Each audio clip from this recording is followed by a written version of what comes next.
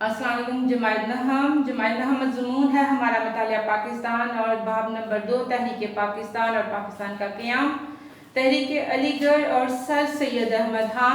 इसके ऊपर आज हमने थोड़ी सी डिस्कशन करनी है, यानी पढ़ना है इसके बारे में। हमने तहरीक अलीगढ़ के सबसे पहले आ जाते हैं मकासद। अच्छा, जंगी आज़ादी में नाकामी के साथ ही बड़े सगीर के मुसलमानों की तारीख का सयाह तरीन दौर शुरू हो गया। जैसे मैंने कल आपको बताया था कि जंगी आज़ादी में हिंदुओं ने मुसलमानों के ऊपर ही सारा कसूर जो था वो डाल दिया था कि मुसलमानों का कसूर है कि उन्होंने जंगी आज़ादी लड़ी थी, हमारा तो बीच में कोई हाथ ही नहीं था। इस वजह से अंग्रेज जो थे वो मुसलमानों को ज़िल्लो-हार करना शुरू हो गए थे। दूसरे एक खौफ था, मैंने आपको कल भी बताया था कि मुसलमान से आज भी काफिर डरते हैं कि अगर मुसलमान बन गया, मुराद है कि अगर उसने कुरान और सुन्नत पे फॉलो करना शुरू कर दिया तो हमारा वजूद इधर रहना मुश्किल हो जाएगा। लिहाजा उन्होंने इस खौफ से कि कहीं मुसलमान दोबारा ना बेदार हो जाए, उन्होंने मुसलमानों को माशी तौर पर हर लिहाज से ज़िल्लो-हार किया। तो जंग आज़ादी में नाकामी के साथ ही बरसगीर के मुसलमानों की तारीख का स्याह तरीन दौर शुरू हो गया। मुसलमान बहसियत कौम अंग्रेज़ों की नफरत और इंतकामी कार्रवाइयों का निशाना बने। इन हालात में सर सैयद अहमद खां ने तहरीक अलीगढ़ के ज़रिए कौम की रहनुमाई का बेड़ा उठाया। सर सैयद अहमद खां की तहरीक अलीगढ़ के मकासद दर्ज झैल थे। नंबर 1, हुकूमत और मुसलमानों के दरमियान एतमाद बहाल करना। कि उनका मकसद ये था कि हुकूमत और जो हमारी अवाम है, मुसलमान हैं हिंदुस्तान के, उनके दरमियान एतमाद हो जाए कि मुसलमान दोबारा उनके साथ किसी किस्म की हरकत नहीं करेंगे। नंबर 2, मुसलमानान बरसगीर को जदीद अलूम और अंग्रेज़ी ज़ुबान सीखने की तरफ राग़िब करना। कि सर सैयद इस बात की ज़रूरत को समझ चुके हुए थे कि जब तक हम अंग्रेज़ी तालीम हासिल नहीं करेंगे, हम इनको अपना पॉइंट ऑफ व्यू, अपना मकसद नहीं बता सकेंगे अंग्रेज़ों को।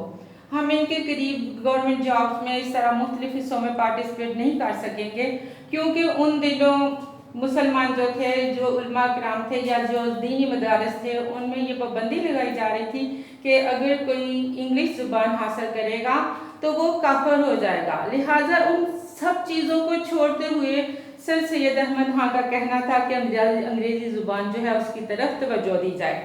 तो मुसलमानों ने बरसगीर को जदीद अलूम और अंग्रेज़ी ज़ुबान सीखने की तरफ राग़िब करना।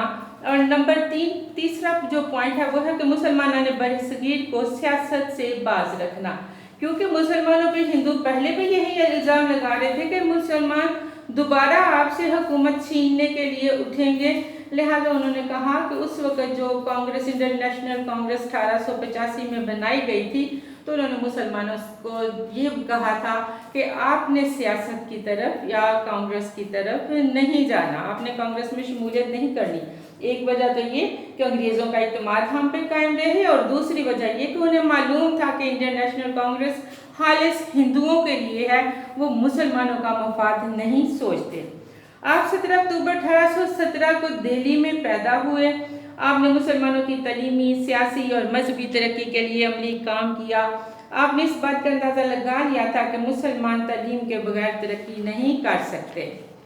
1859 में आपने मुरादाबाद में एक स्कूल कायम किया। 1863 में आपने गाजीपुर में साइंटिफिक सोसाइटी की बुनियाद रखी। आपने 1875 में अलीगढ़ में जो स्कूल कायम किया वो 1877 में कॉलेज और 1920 में यूनिवर्सिटी बन गया। 20वीं सदी के शुरू में मुसलमानों का पढ़ा लिखा तबका इसी तलीमी अदारे का तलीम याफ्ता था। कि जो 20वीं सदी में मुसलमान जो पढ़े लिखे हमारे सामने आए हैं, तो वो सारे के सारे ज़्यादातर अलीगढ़ कॉलेज और अलीगढ़ यूनिवर्सिटी के पढ़े हुए थे।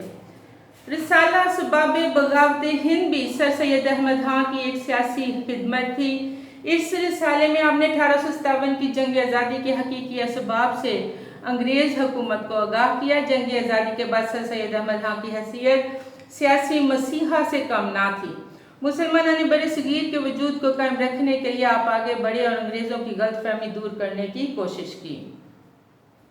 सर सैयद अहमद खां सियासी तौर पर मुसलमानों को कमज़ोर समझते थे, इसलिए उन्होंने 1885 में कायम होने वाली इंडियन नेशनल कांग्रेस में मुसलमानों को शामिल होने से रोका। उन्होंने मुसलमानों को तालीम की तरफ तवज्जो देने के लिए कहा ताकि मुसलमान पहले तालीम हासिल करें और फिर सियासत में हिस्सा लें। सर सैयद अहमद खां के कारनामे उनकी ज़िंदगी तक महदूद ना थे, बल्कि उन्होंने ऐसी तहरीक शुरू की जिसने उनकी वफ़ात के बाद भी कौमी खिदमत का काम जारी रखा।